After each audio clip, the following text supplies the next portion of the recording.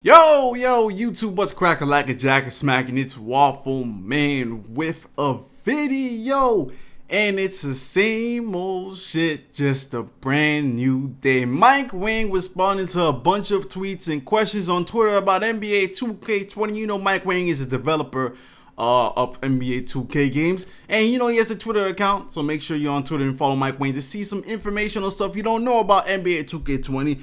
But apparently, some of the NBA 2K League players got a chance to play NBA 2K20. I think they just played like a quick game. So one of these players, who actually I don't have the name of, but I just have his notes that he made. He put up these notes, and I checked a look at defense. First of all, he said over dribbling. As you can see, he's penalized by fumbling the ball and getting plucked. But then again, they always talk about over dribbling having a negative consequence each year, which I don't think it really happens, to be honest. But moving on, defense, he says locks on as OP, but you can pluck the ball if you time and reach correctly. Now, it seems like each year they're kind of saying locks are OP or locks are going to get buffed. Like, which is it? Every year is something different, but the main thing I wanted to show you guys were Mike Wang's tweets, because NBA 2K20 has a whole entire new badge system. Well, not even a badge system. They just got a whole different amount of badges, and they removed some badges that were in previous 2Ks. For example, charge card is no longer a badge. So no more charge card. One of the most useless badges I've always stated on my channel. One of the most useless badges in NBA 2K, charge card. Useless. You can't use it in Park. In Pro-Am, I don't even think it even really works effectively, and the badge is just, listen, if you're trying to get charge card, what are you doing? Honestly, what are you doing? But anyways, shot timing. Let's start with shot timing. Shot timing is definitely different than NBA 2K20. What Mike says about shot timing, penalties for poor shot timing get stricter the further you are from the hoop. So obviously, the farther you are from the hoop, the more harder it's going to be to make the shot, which means if you have worse timing, it's definitely going to penalize the shot, and it should penalize the shot. Now, what I took from Mike Wang in some of these tweets was that shooting in NBA 2K20 is all going to be about timing, and it's going to be creating the skill gap. Like, the shot timing is going to be the skill gap. If you can't get your shot timing down, you're not going to be able to win games. Basically is what he said. And the shot layup meter is back again.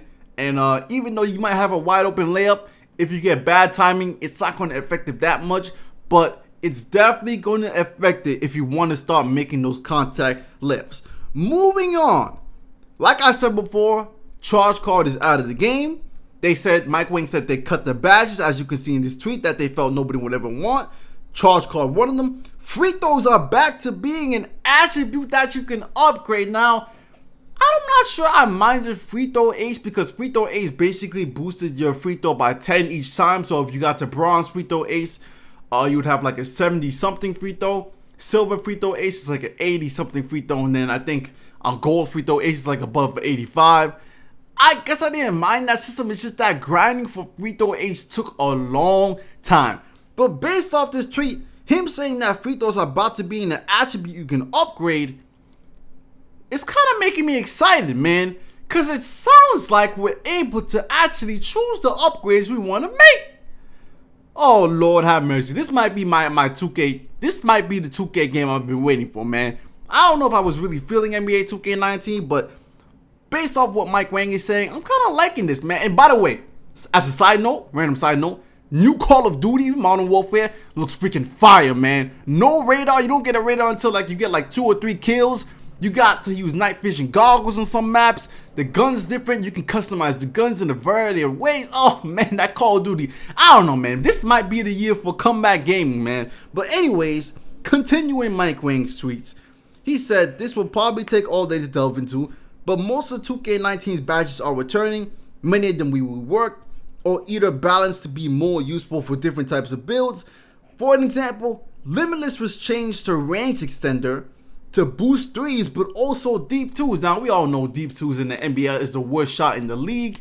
We know Melo used to take a lot of deep twos, bad shots, but I don't mind that. You know, range extender doesn't just work on threes, but if you're near the 3-point line, but you're actually taking a 2, now that badge is also boosting the potential of that shot. So slight differences make the badge a little bit better and make it a little bit make more sense. But anyways, continuing, he said they tooled every badge. Badge is going to be looked at as a clean state. Most of the overpowered badges were nerfed, and they're going to be doing a lot of more post-badge updates to continue the balancing.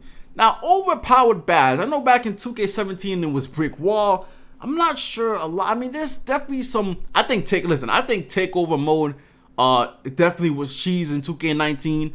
They definitely said they reworked that. So as we can continue, this guy asks, is there a badge called First Step badge? And he says, yes, it's called Quick First Step. Interesting. Some of these badge names definitely sound interesting. They sound more specific.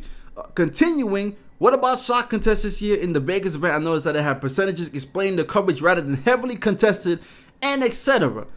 And Mike Wang says that basically you can see the percentage of the shot contest rather than seeing if it's like a heavily contested or lightly contested. You actually see the percentage of the contest. 2K is getting very, very detailed and specific. And you know what? I kind of like this update because, listen, first of all, I never even used that anyway. I never used that feature. I always turned my thing off, so I never saw heavily contested or lightly contested because I've never cared about that. But for the people that do, now it's going to be a percentage. So shout out to that. And of course, one of the most hated badges in 2K history. One of the most overrated badges in 2K history. And one of the worst badges in 2K history is returning. We know that badge as Volume Shooter. Now, I've always actually slightly liked Volume Shooter back in the day of the 2K days, and people always tell me, why would you want to get Volume Shooter? It's literally the worst badge in the game. It makes no sense. Well, this year, Volume Shooter is coming back, and basically, Volume Shooter, what Mike Wang says right here, boosts your ratings if you can maintain your field goal attempts per minute. So let's say you're taking 1 field goal a minute, which is like, I don't know, man. I think this is kind of crazy because basically it's saying you got to take a lot of shots anyways. I mean, 1 shot per minute? Imagine you had to take, imagine if you can maintain your field goal attempts per minute. Like, that means you're literally shooting on almost every possession. Basically. That's insane. I mean, listen, it's good that it's going to return and boost your ratings. But if you're using this badge effectively, either you gotta be playing on the 2s or something like that, because otherwise it's just gonna be ball hogging. Anyways, continuing, there's also a badge for lockdown defenders this year called slippery. Well, actually, not even lockdown defenders. Excuse me, shooters in general. Slippery off-ball badge gives you more success with the new off-ball juke moves and to get open. That's kind of crazy. That's the badge we kind of talk about for, like, you know, pure sharpshooters who have trouble getting open. You see people like Kyle Korver in the league example. They get open off screens. But these are slippery dudes. Kyle Korver, Ray Allen, Klay Thompson. Curry, especially, one of the slipperiest dudes to get off ball. He's definitely a hard off ball cover because he's always slipping and sliding and moving around. And he's so small. He's 6'3". So he gets around. So a badge like this definitely makes sense. And it's definitely going to make it more realistic. Like Mike Wang also says in this tweet right here, there's new defensive badges, a new defensive badge called clamps for lockdowns, and then a post-move lockdown for paint defenders. I kind of like that badge because, you know what, there wasn't really a post-defender badge, you know? There wasn't really a post-defender badge. They really took out the post, and by the way, some of the post-hook badges are back. I think either post-fade or one of the post-hook specialist badges are reintroduced in this 2K, so that's good to see because there weren't any last year. Ankle breaker is still the main badge for more effective step back dribble moves, but there is a new badge called Space Creator. So I'm guessing this is mainly for shot creators. This is going to be the new shot creator badge. Space Creator to create space and make shots off the dribble. Listen, I'm not gonna lie, I'm liking the names of these badges because the badge names actually make sense. But continuing, New animations added. The rebounding badges this year. Some include Rebound Chaser, which helps chase down long rebounds. Worm helps you get around box out, and box makes it tougher for worms. This just sounds so interesting in many ways, man. So you got Worm, which is to help get around those cheese box outs, but you also got Box, which makes it tougher for Worm. So kind of in a way they're both neglecting each other. And I'm guessing a badge like Worm would help, would mainly be on a glass cleaner type build, because Worm helps you get around box out. So I'm thinking it's mainly going to be more of either a defending badge or mainly a glass cleaner badge, because this is definitely a badge for a glass cleaner. And they also said Posterizer is no longer in 2K20. Instead, they have a badge called Contact Finisher. It's going to help dunkers posterize, but it's also going to help small guards finish contact layups and finish below the rim. So no more posterizer. That's an interesting choice for 2K to make, definitely. I definitely want to see how people react to not having posterizers, because to me, I feel like some of the badges definitely got fine-tuned a little bit. It seems like it's definitely got more balance. It definitely seems like it's going more towards the competitive side. But the last thing I want to talk about, we know Volume Shooter is back in the game, and Microwave has been retuned as well. So basically what Mike Wang is saying, Microwave is activated if you hit your first shot. So if you hit your first shot, you get a boost to your ratings for a period of time. That's how Microwave works. And the more shots you knock down without missing, the longer you keep your boost. So that means basically what Mike Wang is saying is if you miss your first shot, you will not get Microwave. And if you miss after making your first shot at any other point after makes or misses, you will lose the Microwave ability. You will lose all that boost. So it sounds like you can only get Microwave like once a game. And that's only if you make your first shot. I kind of like this. I really do like this. I like the competitive nature. I'm like that they're tuning down the badges, because some of the badges, even with the combination of different badges, is just cheese.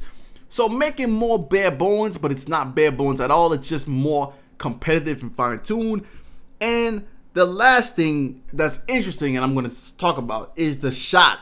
Like I said, the shot timing is definitely different this year, because you're still gonna have the shot meter and stuff like that. But the way you view the shots and the way you view how contested and how lightly contested the shot is shown by percentages. We know that. But also, apparently, everybody can see the release timing of your shot meter and how you green the shot. So they might know when to contest you and how long the shot's going to take to rev up or gear up. So the interesting thing about that is that what Mike Wang is saying in this tweet is that they can see you release a shot timing. But if you turn your shot meter off, they'll only see when you get a green. So it's like, at the same time, some people may want to see their shot meter. But you also got to take into the fact that everybody else can see your shot meter as well. I'm not sure if I like this feature too much, because listen, the shot meter is for your own personal use, and I don't think anyone really has the right to even see what the shot meter is.